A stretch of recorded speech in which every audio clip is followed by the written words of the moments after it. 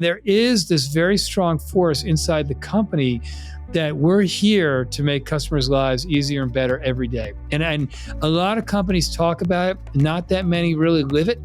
And Amazon is a company that really lives it every day.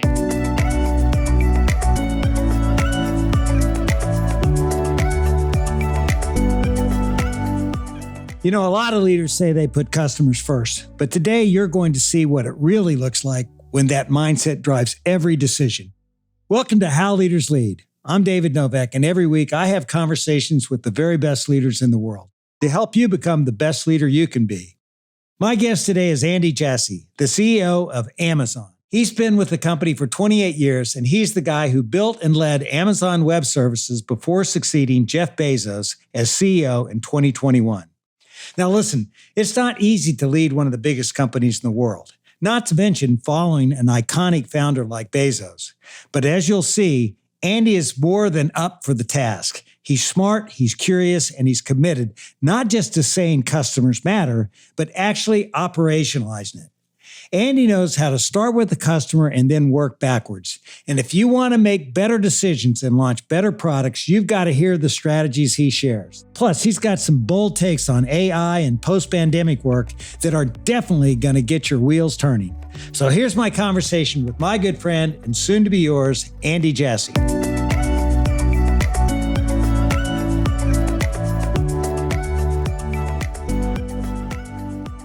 I got to ask you this. What was the last thing you bought on Amazon Prime?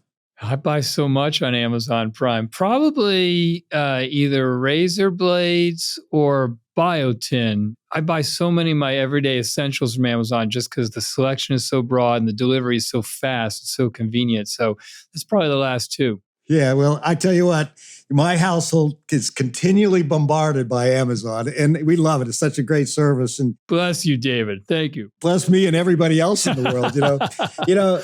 Everyone, Andy, knows about Amazon, but not everyone knows your whole story. And so I'd like to take you back to the beginning. What's a story from your childhood that's really shaped the kind of leader that you are today? A lot of my childhood was dominated by sports. I played competitive tennis. I played that junior national circuit, and I played soccer. And I would say on the tennis side, it was actually kind of a hard way to grow up. It's such a intense sport. It's so individual focused. When you lose, there's nobody to blame but yourself. When you win, there's no one to really celebrate with but yourself. And growing up on the East Coast, I also felt like the parental environment around tennis was very intense. But tennis taught me a lot of lessons that have really helped me later in my life. It taught me what hard work looks like, and what happens when you don't work hard. It taught me really how to be focused in the moment. When you get to competitive levels in tennis, all the matches are won by like 15 to 20 points during the match. So you just have to have the ability to be laser focused in the moments that matter. It taught me how to move on. When you can play a tennis tournament and you can have the best win of your year at 9 a.m. and then go out at 2 p.m. and play another match and it's all gone. And so you have to be able to move on from success really quickly and from failure very quickly. Because the other thing is when you play tennis at a competitive level, you rarely win the tournament. So it means you actually lose almost every single time that you play. And then it did teach me as well that you have to find a way to be good to yourself even when things go wrong. Like we all plan so hard and work so hard, and no matter what happens, sometimes it just doesn't work out.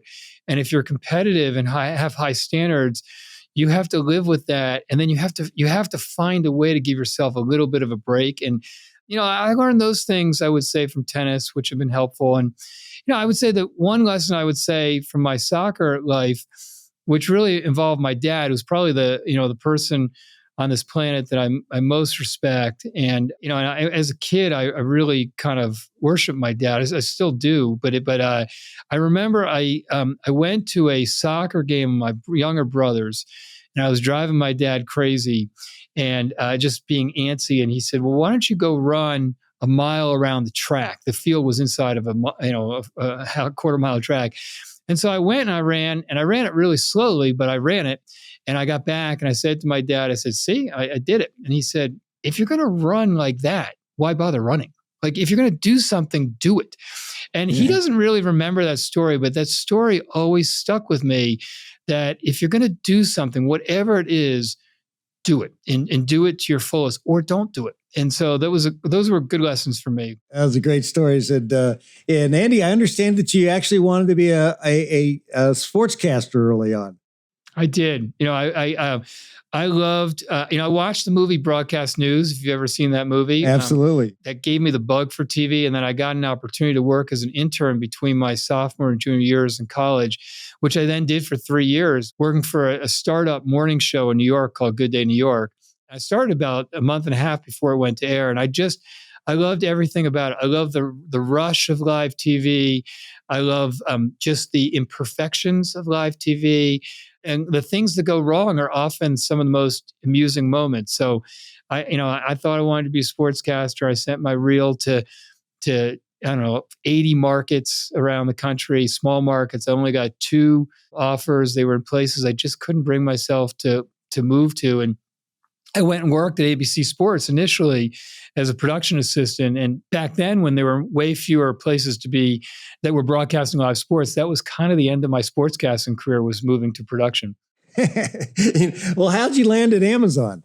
I went from doing this, working at ABC Sports, to working at a direct marketing company that a couple Procter & Gamble guys spun out. It was really a great general management experience. They did direct marketing of continuity series collectibles, and I learned a lot doing that. And then I got a little bit bored with the subject matter, and I tried a couple of my own businesses that I would say went middling, but they weren't what I wanted to do long term. So I went back to business school, and when I was at business school, I thought that I would probably start my own business again. That's really what I wanted to do. And I had written this field study with a few friends from school on building a music management / label company that we called Cage Shakers. We had a band that we were managing at the time in Boston called Two Ton Shoe, and that was going to be the first band in this thing. And I was going to do it with one of my partners, and his wife very appropriately said, "We're not spending all this money and going into debt so you can start like a music label company with Andy." So he decided not to do it. And then I decided I would probably go work at a company, try and pay back some debt, and I could learn a lot. And it's funny, I went to the Bay Area for a last round interview at a technology company. I took a red eye back to Boston. I hardly ever checked my answering machine, but my wife was and then my fiance was at work. So I checked it, and there was this woman who came on and said, "Look, I found your resume in the resume book. I have a cancellation at 9 a.m. I'm not going to fill it. You can come or you can not come. It's your call." And it was this woman from Amazon. I didn't even really know Amazon at that time. This was probably, this was March of 1997. But I was leaving that morning at 11. I was driving with my friend to go see a concert in New York and then go on spring break. So I had this window. I said, I'll go to the interview. I went to the interview. I loved the person I met. I got asked to come to Seattle.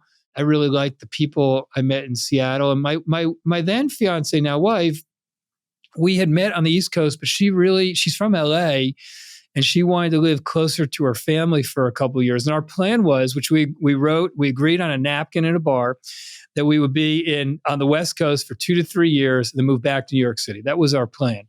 And so I got this job at Amazon, and I was really excited about the idea of it. Nobody knew. Anyone who tells you they knew Amazon was going to turn into what Amazon turned into was just lying to you. Nobody knew. Yeah. But I did figure that if it didn't work out, it did seem the internet was going to be a big deal, and it did seem that e-commerce was going to be a big deal. So I would have interesting experience to take back to New York. And that was almost 28 years ago. And, I started here the 3 days after the last final exam of business school. And I've been here for almost 28 years at this point. Got to ask you, did you frame that napkin at the bar? I wished I'd kept the napkin, but I don't have the napkin. And my wife has argued that the statute of limitations on that napkin have expired. So I'm here. You've had quite a journey that you've gone from this aspiring sportscaster and in the world of sports to the CEO of Amazon. What do you think you did differently, Andy, as you approached your career and you climbed so rapidly within Amazon?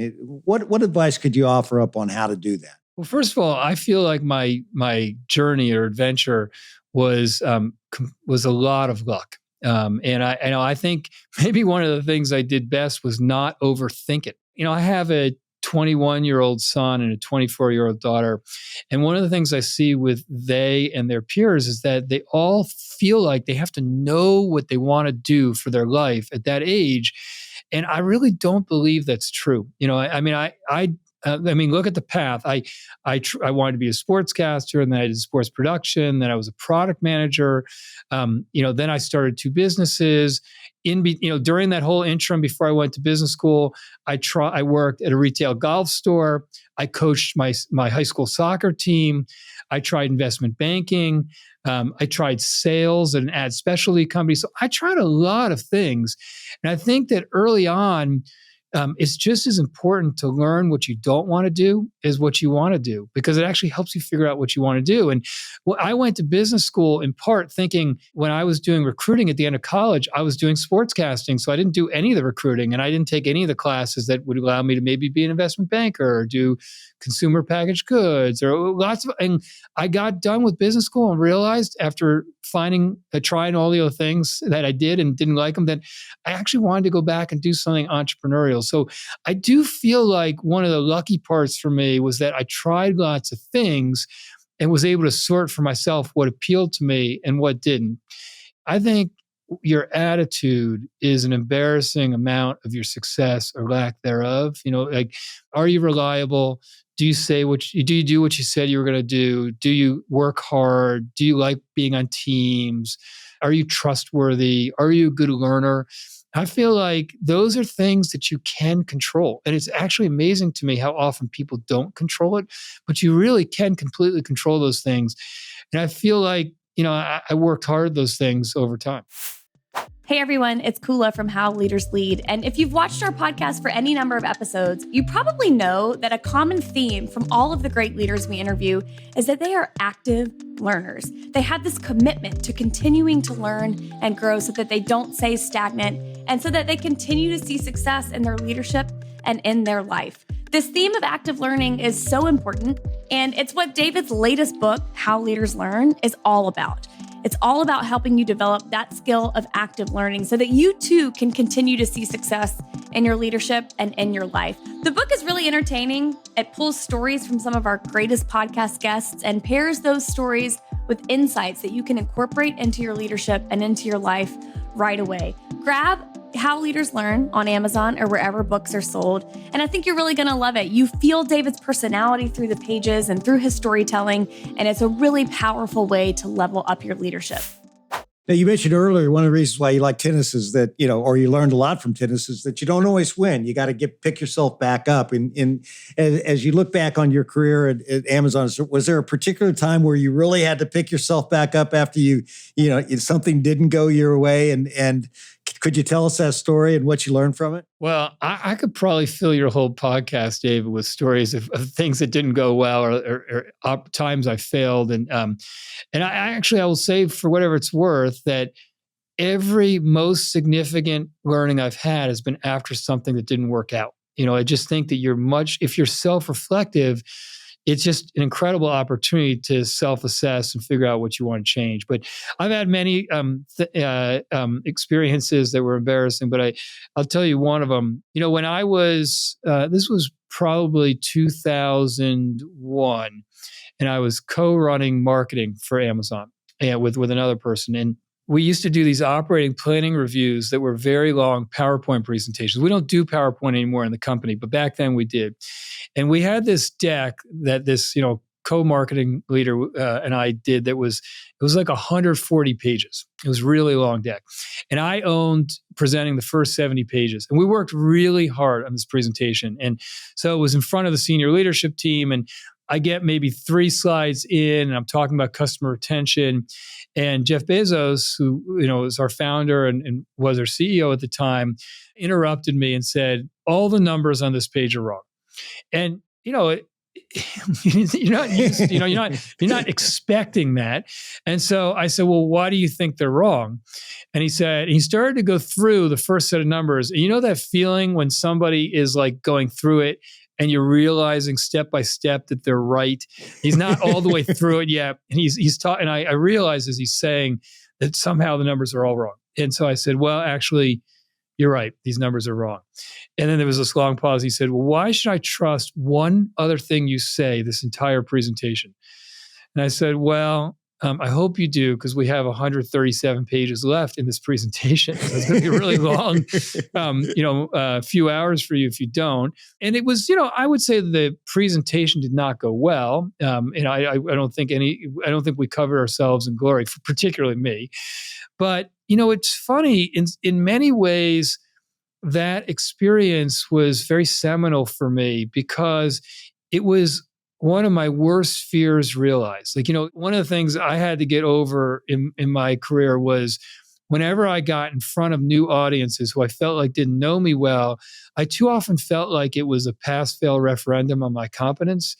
And the thing I almost always feared most at work was going into a big meeting and being exposed as not knowing what I was talking about or being wrong or not worthy. And so here it was, like, really kind of my worst fear realized. And I got through the presentation anyway. I regained my composure, and it was not a great presentation, but it was not a catastrophe. And I felt like afterwards, if that's the worst that happens when you get something really wrong and get called out for it publicly, I can deal with it. And so it was actually, in a weird way, a confidence builder. I'll tell you what I'm impressed by is he said, hey, look, you might not, those first whatever pages didn't go so well, but we got a lot more. So hopefully something's right. That took some courage there. I give him credit for hanging in there, Yeah, he did. And you know what? He did hang. I mean, actually, everybody was very respectful the rest of the way. Who knows if they were paying attention, but it seemed like they were. Amazon has this unique, and it's now renowned, it's called a CEO shadow role. And you were tapped to be the first one under Jeff Bezos. And how did that role shape the leader that you've become? It's unlike any role I've ever done or will do in the future. It was, it's funny. Interestingly, inside the company, when I was asked to do the role, everybody I respected told me not to do it. And they said, you're too senior to do that role. It's like a glorified, briefcase holder. It's such a left turn in your career. And the only person who told me to do it was the person I was co-running marketing with.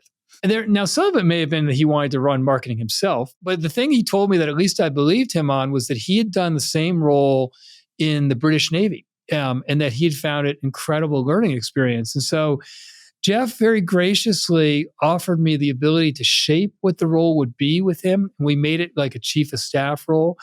And then the idea for him was it was a way to extend his bandwidth. We would be in all the same meetings together, by the way, including his one-on-ones. And he would often say to me, why is nobody telling me anything? I would say, well, it's not really a one-on-one because I'm in the meeting. But it was a way for him to extend his bandwidth with somebody who'd been at the company for a while. And then for me, I just was able to soak up everything. Jeff is, one of the most amazing business leaders in this generation. And all his leaders were also quite good. And I got to learn just how they led, and a lot of things that I wanted to emulate, some things that maybe I wanted to avoid.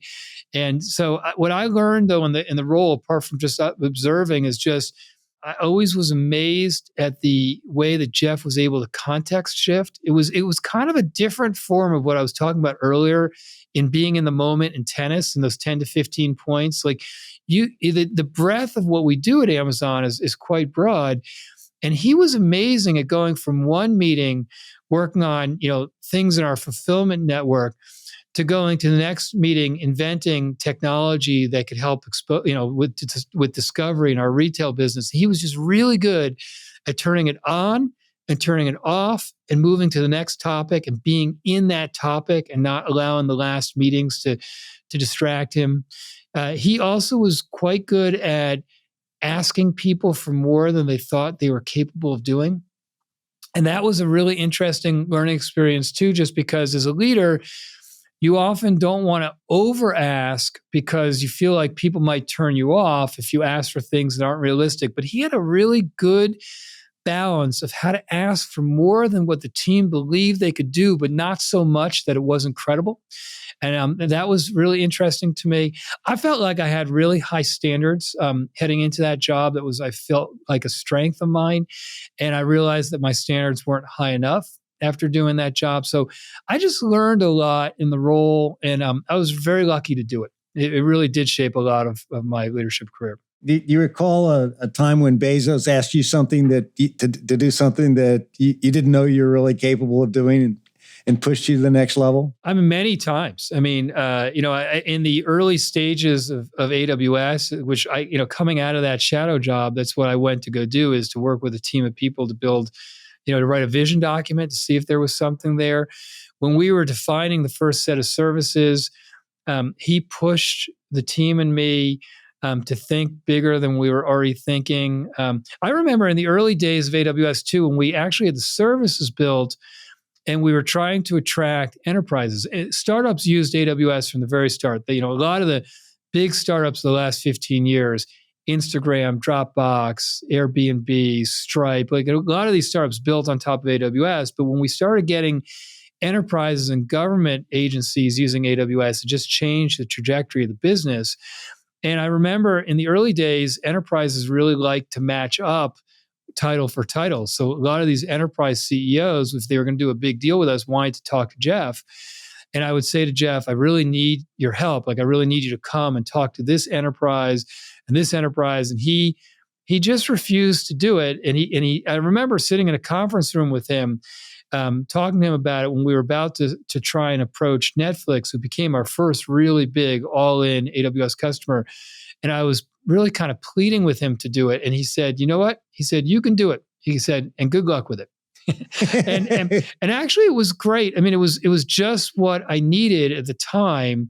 And just knowing that there wasn't an alternative made me have to figure out how to step up on those spots and be the right partner for those enterprise CEOs. And it would never have scaled given the breadth of Jeff's job as CEO of Amazon if he had to be in the middle of those conversations. So he was right about that. But I wasn't sure at that time that people would accept it. And it was great to push. Well, they accepted enough to where you build over $100 billion business. It seemed to work out all right. Maybe he was pretty wise in staying out of that meeting. That's fantastic. When Jeff, tapped you to be his successor, that had to come with a lot of pressure since he's such an iconic leader, not only in business, but in business history. What's the biggest challenge stepping into the CEO role in a position like that you were in, and how'd you navigate it? How'd you think about it? Well, it's funny, David. I never really thought much about it before because I loved what I was doing running AWS, and I also just didn't think Jeff was ever going to step away from it.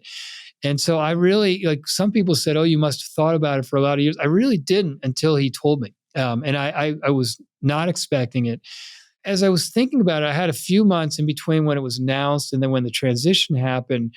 AWS is maybe a sixth or a seventh of the size of Amazon in general. And I remember when AWS was a tenth of the size of what it was at that moment, and didn't seem that different to me. So I thought maybe it might not be that different. And turns out the job is really different. It's if you're going to run one of these significant businesses, AWS being one of them, you have to massively delegate to be successful. But you can still be in the weekly rhythms of the business. I could still go to the weekly business review or the weekly ops review or the weekly sales review.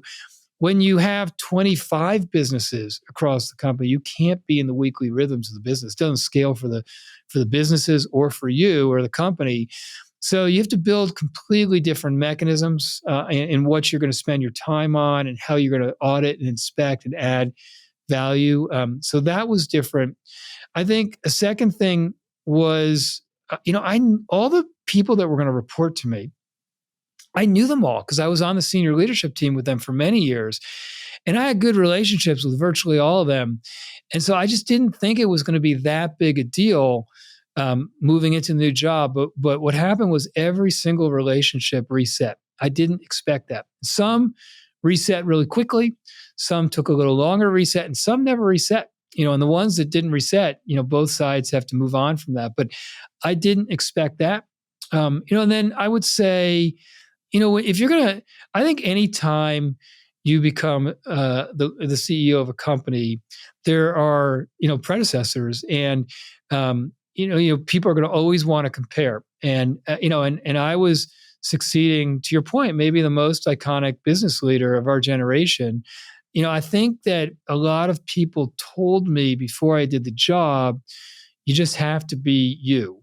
And that sounded a little bit cliche to me. It's kind of easier to say it than do it. But, I realized over time that was really true. That you have to play to whatever your own strengths are. And you can't try to be, you can learn from whoever you've worked with in the past, but you can't be that person. You got to be who you are. I had the circumstance in 2022 on the backside of the pandemic where we had all sorts of challenges, particularly as we took a fulfillment network that we built the first 25 years of Amazon and doubled it in 18 months. And then built out a last mile transportation network the size of the UPS in about 20 months. So it turned out that we had a really different fulfillment network than we did before. And it took us a while to figure out how to connect it right and get the cost structure right.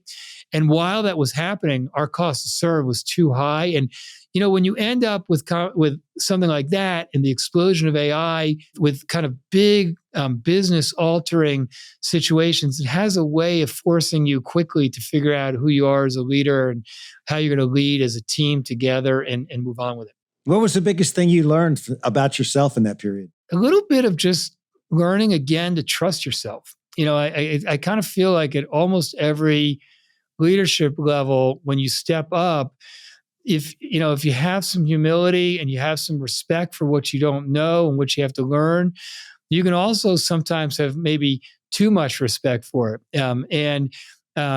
If you're encountering areas that you haven't been in before with really great leaders who are really deep in that area, and you can kind of, at times you can delegate too much, or you can have instincts that certain things seem like you want to change or maybe a bit awry, and you don't trust yourself enough to really speak up and call it out. And, I just think during that time, there were some things that seemed a little bit off to me that a lot of people were telling me were okay, and that just turned out that we needed to be moving on faster. And so it was a good reminder that you just have to trust your own instincts and your gut sometimes. And, even if you're wrong, people will show you why you're wrong, and it's okay. The PGA Championship is this weekend, and after his historic win at Augusta National, all eyes are on Rory McIlroy as he vies for another major. Go all in with Rory this week and catch my conversation with him last year, where he shared his incredible insight about goal setting.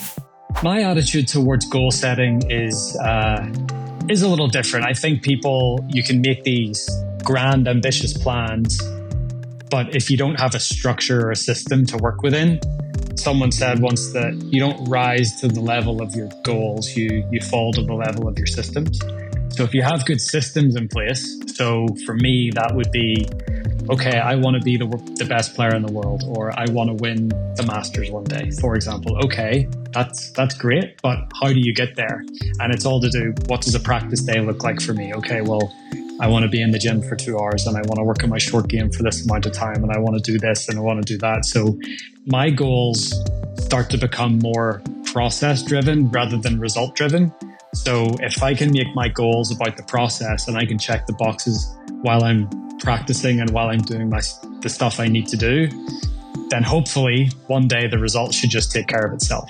That's sort of my attitude towards goal setting. But you need to set the big goal to start, obviously, but then it's breaking it down into these little sections that I think is the real important stuff. Go back and listen to my entire conversation with Rory, episode 187, here on How Leaders Lead. Andy, one of the things I was really impressed doing my research on you is just, I don't think I've ever seen anybody talk more about just having an obsession for the customer. I mean, you are so passionate about that being the driving force. Can you share a little bit about that? Yeah. Well, one all of us have been customers of lots of different businesses. And I think we know what it's like to be treated poorly or like we don't matter, and what it's like to be treated well. Maybe the biggest driving force of many in the Amazon culture is just how customer focused we are. And, everything we do, from the way we build products to the way we conceive of ideas to how we make decisions on choices when we're going to air for customers versus try to save money. Like, we always try to shade and err on the side of doing right by customers.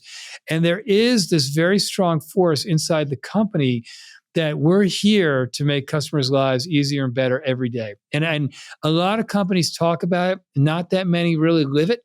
And Amazon is a company that really lives it every day. And that is very motivating and very inspirational if you've been customers of companies. And I love it. I think actually, if I look at one of the interesting things when I was working on the AWS business, I had never worked in the technology business or in the B2B business. I'd always been a consumer person before that. And when I was learning about the different companies there, most of the technology companies tend to be competitor focused. They look at what their competitors are doing, and then they try to fast follow and one up them. And then there's one or two of them that I would say are product focused, where they say, well, it's nice that you, Mr. and Mrs. Customer, have an idea about this product, but you should leave it to the experts. Like, we know what we're doing. And both those strategies, by the way, can be very successful strategies. They're just not ours. Our strategy is try to hear what customers are struggling with. Sometimes they can tell you specifically what they want you to fix. Other times, all they can do is tell you what's going wrong. And then you got to read between the lines and try to invent on their behalf. And I love that mission. And I think everybody here who's a builder loves that mission, because we're here to make lives better for customers. And that's the big why for your organization. Yeah. You have this, I love this working backwards document that you do. Talk a little bit about that. Before we write code, we do these working backwards documents. There are two main documents. One is a press release, and the other is a frequently asked questions document. And the press release is designed to make sure that we try to write a forward-looking press release on what we want to announce the day we launch this product that we're thinking about building. And what it makes you do is it makes you really think about, what are you providing? How's it differentiated from what's out there today?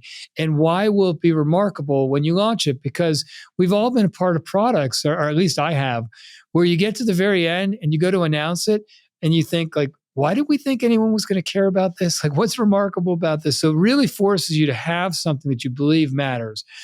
And then I think the frequently asked questions document is really useful, because we force people to figure out ahead of time how they're going to build the product and why. So it's who are you building the product for? What's their problem you're trying to solve? How does this really solve the problem? Why does where you're drawing the line at launch for V1? Why is it enough functionality that people will care about? What are people going to be most disappointed about when you launch V1? What are they going to be saying, doesn't work in the product? And are we okay launching it before we get those pieces? How are we going to price it? And what dimensions? What will people love most about it? What will people dislike? How does it compare to what's out there competitively? What's the architecture you're going to build, and why? All the questions that force you to really think through the product, so that when we get through the working backwards set of documents, which takes us typically 2, 3, 4 drafts of that, by that time, we don't have to check in with the team again. Like, they know what they're building. They know that it's a dynamic set of documents, so they keep updating them as they learn more as they're building the product. But it takes kind of a half step back to allow teams to move 2 steps faster. And so, and I think we hit the mark, not all the time, but much more frequently with customers than I think other processes do. I love that the way to really work future back like that. That's just such a great insight. I'd also like you to explain your one-way and two-way door approach that you use when it comes to decision making. Yeah, we have this concept internally about two-way and one-way doors. And if it's a two-way door decision, it means that you can walk through that door, and if you got it wrong, you can walk right back through it and no harm. A one-way door decision is when you walk through that door, and if you get it wrong, it's really hard to walk back. And so the two-way, what you really want, or what we want at least, the two-way door decisions, which is the overwhelming majority of decisions we make in business, you want to push down to the people doing the actual work and the owners, so that they don't have to go through a lot of meetings and a lot of approvals to get the two-way door decisions done. Because if they get them wrong, they know they can walk back through. You got to have the right metrics to make sure you recognize when you've gotten something wrong, but you want to push down those two-way door decisions.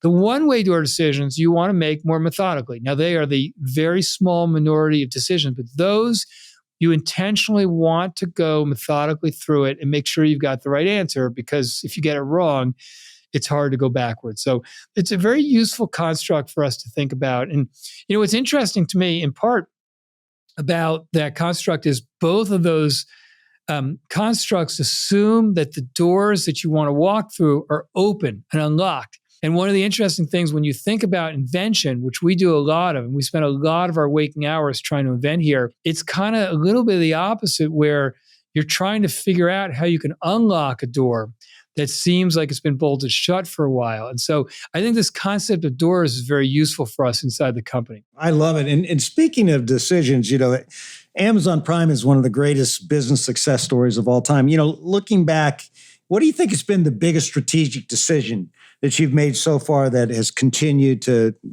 had the kind of impact that's growing this business? Maybe a few come to mind. I think with our existing large businesses, in our retail business, the decision to not give in on the choice. People thought it was a binary choice between being able to ship items really quickly and being able to lower your cost to serve.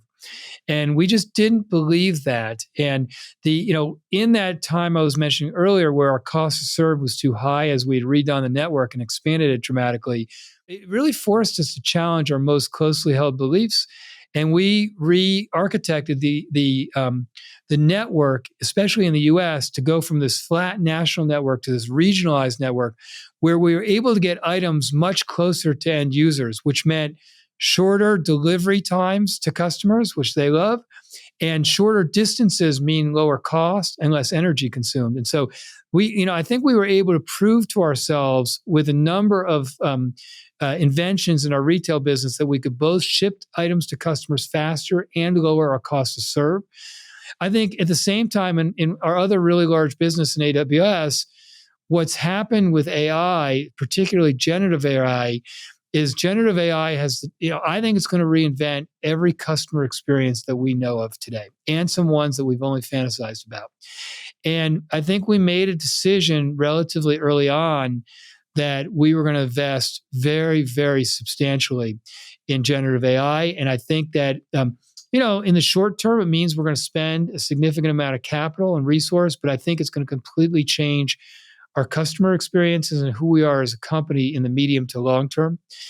And then I think there was a time in, maybe in around the 2022 timeframe, early 23, where, at that time where we didn't have our cost to serve where we needed it, and we were struggling on some pieces in our retail business, where I think a lot of people would say things to me like, I don't know why you don't only do retail in AWS and shut everything else down.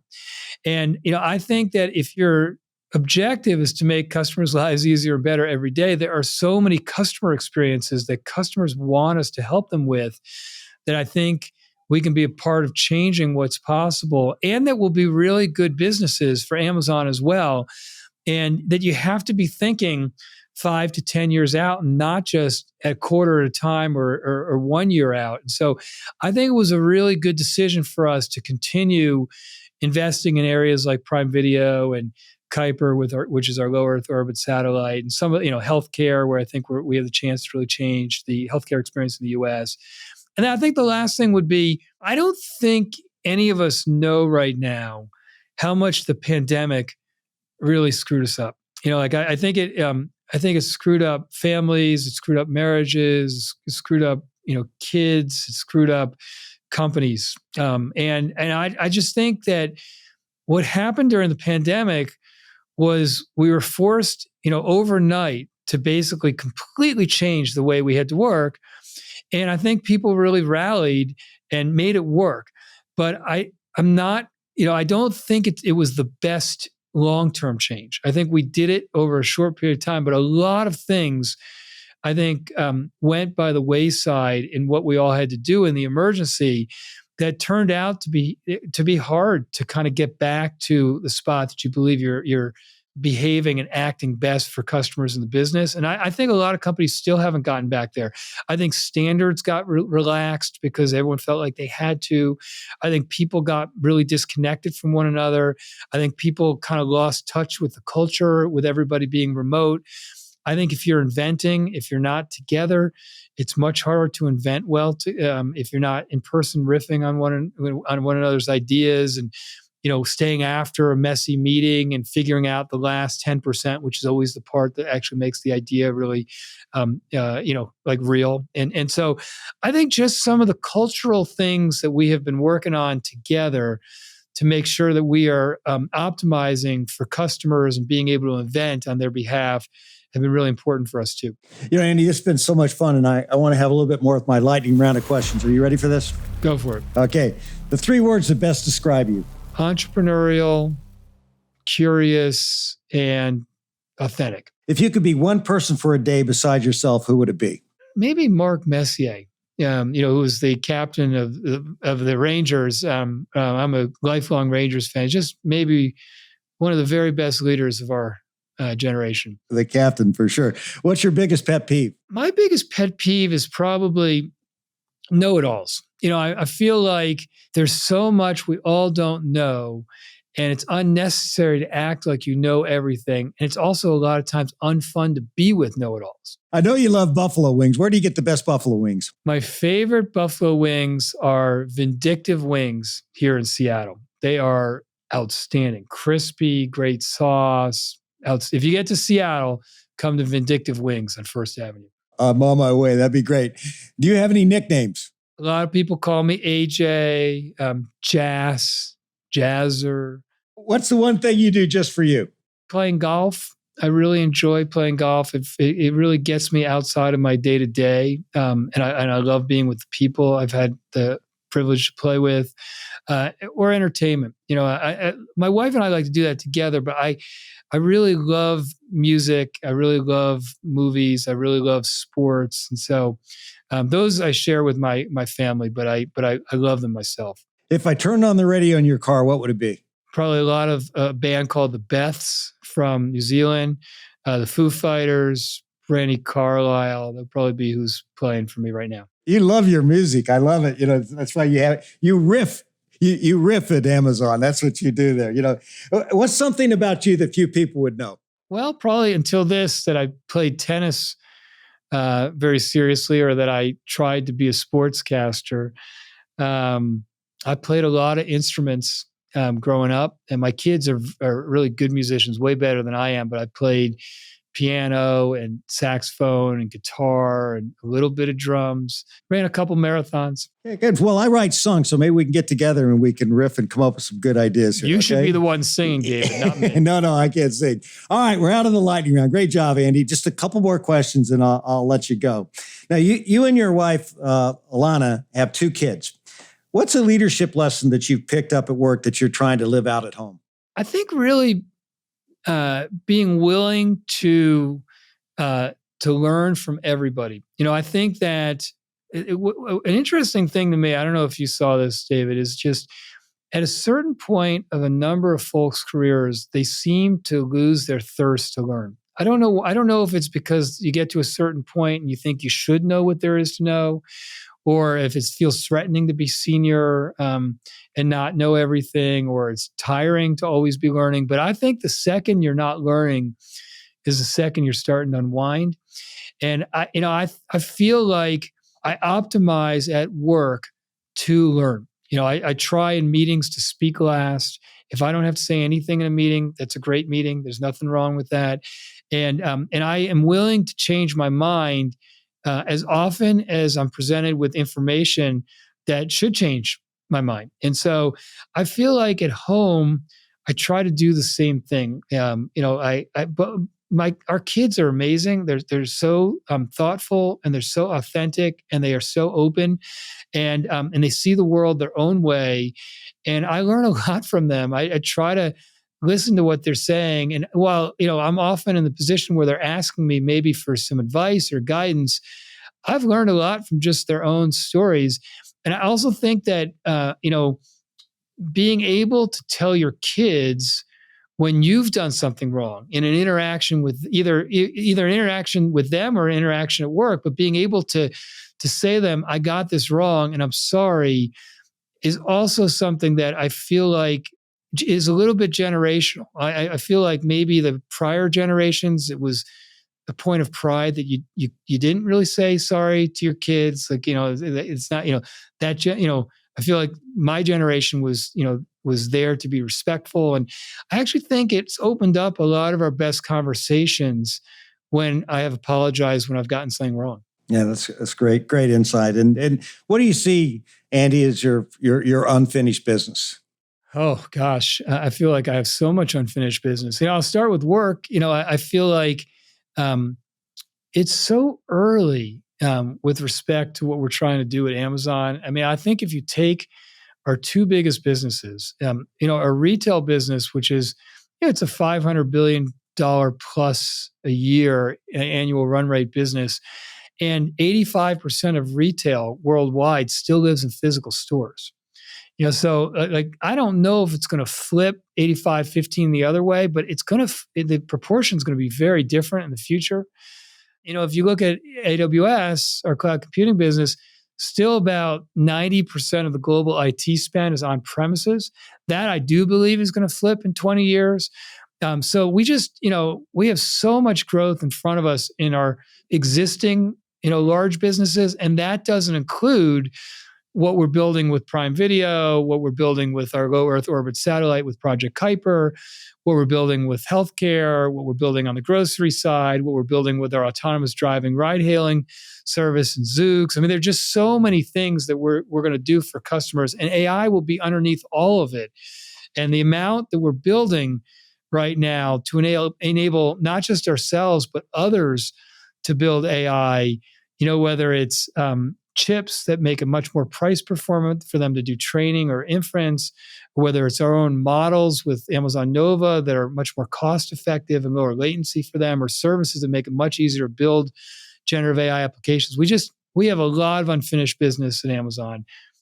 Just in my own life, I'm hoping that I'm only about halfway through it. There's a lot that I'm really lucky that I have an amazing wife and amazing kids and amazing friends. And there's so much more I want to do. And I'm hopeful I get a chance to do it over time.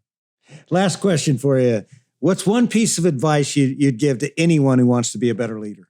Probably, I would say the biggest difference between the people I started with 28 years ago here and what they're doing now has been their willingness and their aptitude to learn. And I think that being a good learner, it starts with being able to be self-aware about what's gone well, what's not gone well, and why, and being able to look at yourself and ask what I need to change. And I also know people who can tell you very well that they're a great learner and what they're doing wrong, and be right about what they're doing wrong and never be able to put it into action. And so that last part is you actually have to do it. And, old habits die hard. And so you do have to be able to be flexible your whole life. I feel like it's at least as important at this stage of what I do in my life to be a great learner as it was when I was 22. Andy, I had a great board member, the late John Weinberg from Goldman Sachs, and he had this saying. He told me that, when we had a one-on-one one time, he said, David, in life you're going to learn that people either grow or they swell. And obviously, Andy, you are a person that's constantly focused on growth all the time.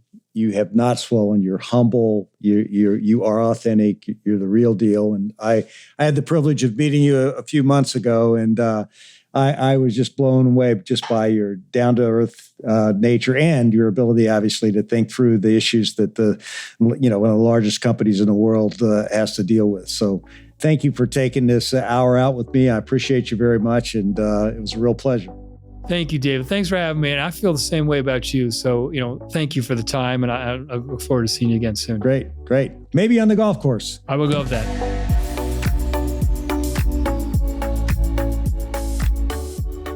There's something in this conversation I think almost any leader can relate to. Maybe it stuck out to you too. Andy described that moment when you're about to launch a product and you kind of panic and you ask, why? Why did we think anyone would care about this? We've all had that sinking feeling that maybe we got it wrong, which is why I love the processes Andy uses to start with the customer and work backward.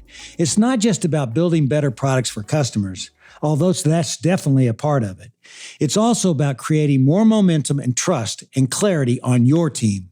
Because when you're all aligned on the problem you're solving and you're serving, you can move faster and hit the mark more often. So here's something to try this week. Look around and find a project that's been floundering a bit. Then take a page from Andy's playbook and write a press release for it. Get your team involved. You might be surprised how that exercise sharpens your thinking and gets things moving in the right direction. So do you want to know how leaders lead? What we learned today is that great leaders start with the customer and work backward. Coming up next on How Leaders Lead is Scott Boatwright, the CEO of Chipotle. So be sure to subscribe on YouTube or wherever you get your podcasts so you don't miss it. Thanks again for tuning in to another episode of How Leaders Lead, where every Thursday you get to listen in while I interview some of the very best leaders in the world. I make it a point to give you something simple on each episode that you can apply to your business so that you'll become the best leader you can be.